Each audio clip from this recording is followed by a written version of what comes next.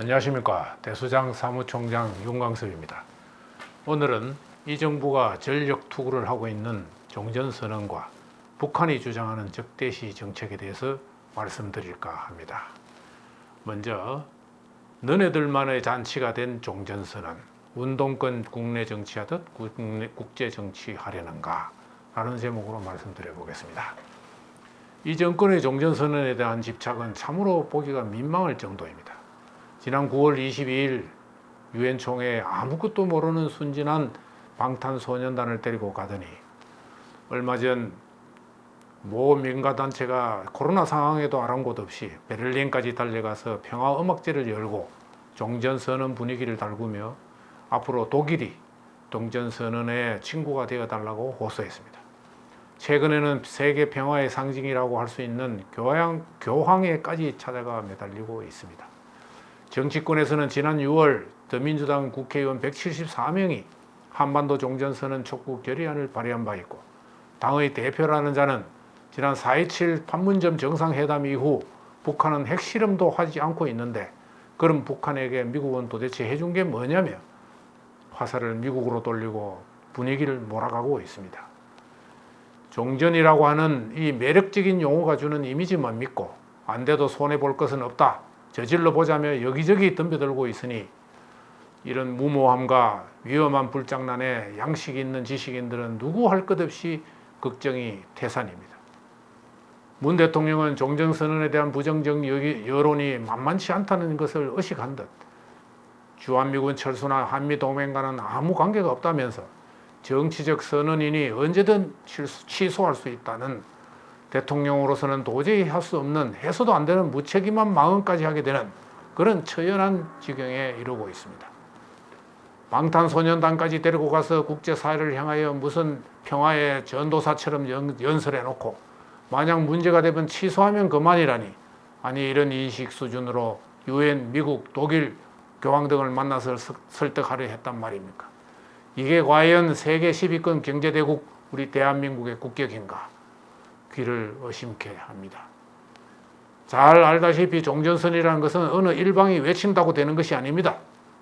특히 주요 당사자라 할 수 있는 미국과 북한 간에는 2019년 하노이 회담의 악몽이 남아있기 때문에 애당초 되지도 않는 일에 국력을 쏟아붓고 있는 것이며 쓸데없는 일을 벌이고 있다 하겠습니다. 이 정권은 북한이 비핵화를 한다는 증거가 없지 않느냐, 그렇게 간단한 문제가 아니다며 별 관심이 없다는 미국에 대해서 2018년 싱가포르 미국 정상회담뿐만 아니라 지난 2006년도의 한미 정상회담까지 끄집어내어서 부시 대통령의 하노이 선언이 바로 종전선언이었고 이를 처음 제안한 것이 미국이라면서 무슨 빛 독촉장을 내비는 듯 하고 있지만, 미국은 지난 10월 26일 안보보좌관의 발표에서 보듯이 한미 간에 분명한 시각차가 존재한다며 사실상 선을 그었다고 봅니다. 즉 비핵화가 먼저이며 북한은 조건 없이 대화장으로 나와야 한다는 기존 입장을 재확인하고 있는 것입니다. 북한 입장도 분명합니다. 흥미롭다고 하면서도 종이장에 불과한 종전선언이 적대시 정책 철회로 이어진다는 그 어떤 담보도 없다며 적대시 정책 철회가 그 전제 조건임을 계속 고집하고 있습니다. 더욱이 북한은 한국을 주요 당사자로 인정하고 있지 않습니다.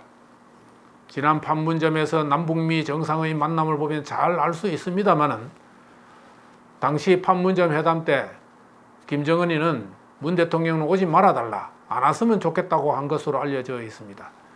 트럼프 대통령이 우리 한국 땅에 왔다는 이유로 문 대통령이 판문점으로 나갈 수 있었지만 실상 북한은 매우 불만스러운 모양새였습니다.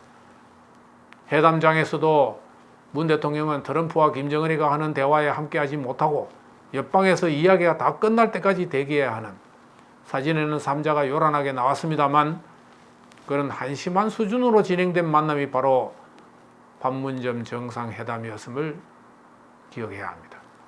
한반도 평화의 운전대를 잡고 있다고 그렇게 요란을 떨면서 왜 이런 테이블에 함께하지 못하는가?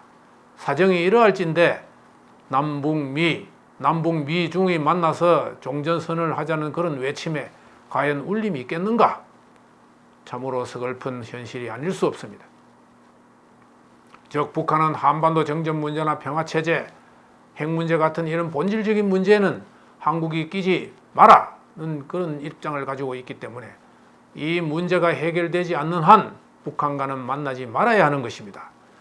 적어도 핵 문제를 테이블에 올려놓을 수 있을 때라야 북한과 만날 수 있다는 이런 분명한 메시지를 북한에게 끊임없이 줘야 합니다.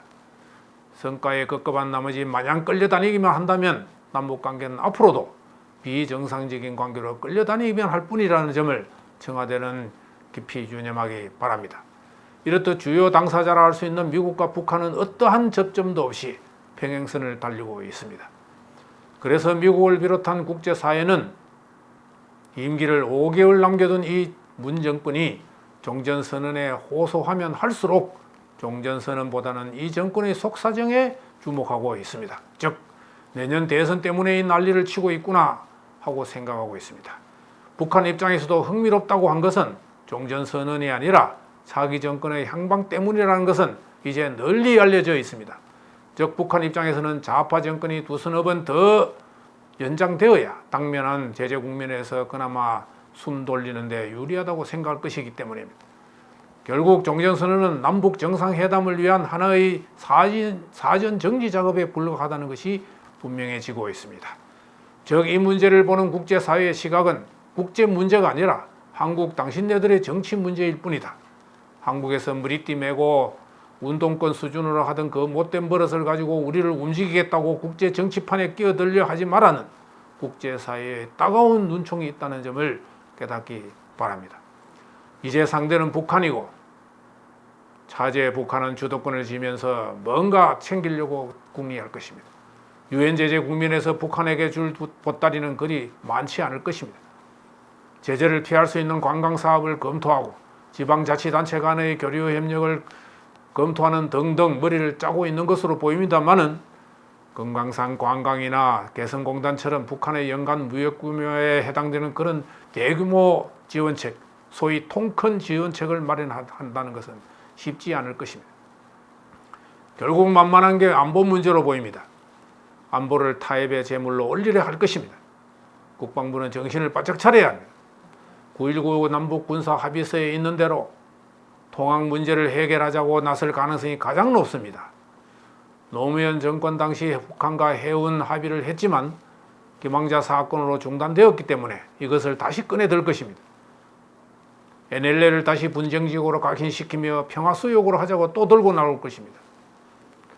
북한이 알레르기 반응을 보이고 있는 유엔사 문제도 있습니다.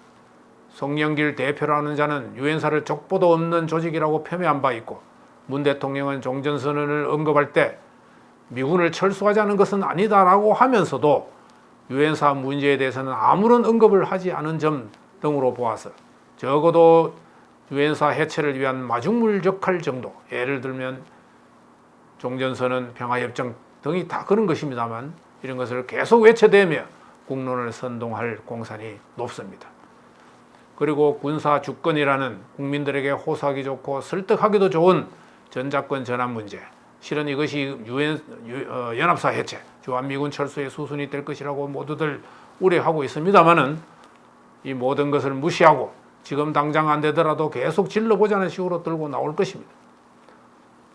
총론적으로 전쟁이냐 평화냐, 전쟁을 하자는 거냐며 국민을 극복하면서 이런 것들을 대선의 한판 승부처럼 내던질 것입니다. 북한은 이런 평화 공세에 적극 편성할 것이며 국론은 알 수 없는 방향으로 요동칠 것입니다. 이들이 제물로 삼고자 하는 NLL이나 해운 질서, 유엔사와 전자권, 연합방위태세 등은 그야말로 북한 위협이 완전히 소멸되었을 경우에나 검토할 수 있는 것들입니다. 이 모두가 우리의 평화를 보장하는 어느 하나 소홀히 할 수 없는 전쟁 억제력들입니다. 북한 노동당이 버젓이 살아있는 한 이를 해체하거나 무력화하는 것은 결코 평화의 마중물이 아니라 전쟁의 마중물이 될 뿐이라는 것을 유념해 주기 바랍니다. 종전선언을 할 때가 된 것이 아니라 북한은 핵 문제를 비롯한 잘못된 대북관계의 악순환을 단전할 때가 되었습니다. 정부는 국민에게 더 이상의 인내를 강요해서는 안 된다는 점을 다시 한번 강조하고 촉구합니다. 끝으로 청와대에 충고 아닌 충고 한마디 하겠습니다. 청와대에서 종전선언을 외치면 외칠수록 미국이나 교황청을 비롯한 국제사회는 종전선언보다 당군 이래 최대 사기극이요 천문학적 권력형 착취라는 대장동 비리가 도대체 무엇인지 오히려 여기에 온 세계의 이목이 집중될 것입니다. 청와대가 외치는 종전선언은 평화의 문을 여는 것이 아니라 한국의 정치 문제를 끄집어내어 대한민국 좌파들의 추악한 얼굴을 만천하에 드러낼 뿐입니다. 산더미같이 쌓인 국민적 의혹을 깔아뭉개고 메아리 없는 종전선언에만 매달리고 있는 이 좌파 정권을 국제사회는 어떻게 보겠습니까? 철저히 외면할 것입니다. 나아가 대한민국을 부패 천국으로 자리매김하고 국가 신인도에 부정적인 영향을 줄 것이며 우리의 국가 경쟁력을 현저하게 약화시킬 것이라는 점 또한 유념해야 됩니다. 성장은 질서를 따르지만 부패는 평화를 찾아간다는 명언이 있습니다. 우리가 추구하는 진정한 평화가 과연 무엇인지 철부지 같은 주장을 하기에 앞서 깊은 성찰이 있길 바랍니다. 한국에 나와 있는 미국을 비롯한 외국 대사들은 결코 바보들이 아닙니다. 누구처럼 삶은 소대가리나 특등 머저리도 아니고 우몽하지도 않습니다. 그 머리 위에 앉아 있다는 점 또한 잊어서는 안 됩니다. 따라서 정녕 내년 대선이 걱정된다면 소위 북풍에 기대거나 종전 코스프레 같은 것을 당장 중단하고 선량한 서민들의 삶을 짓밟은 대장동 비리 사건에 대한 국민적 의혹부터 말끔하게 정리하는 것이 순서라는 점을 국민의 한 사람으로서 다시 한번 강력히 촉구합니다.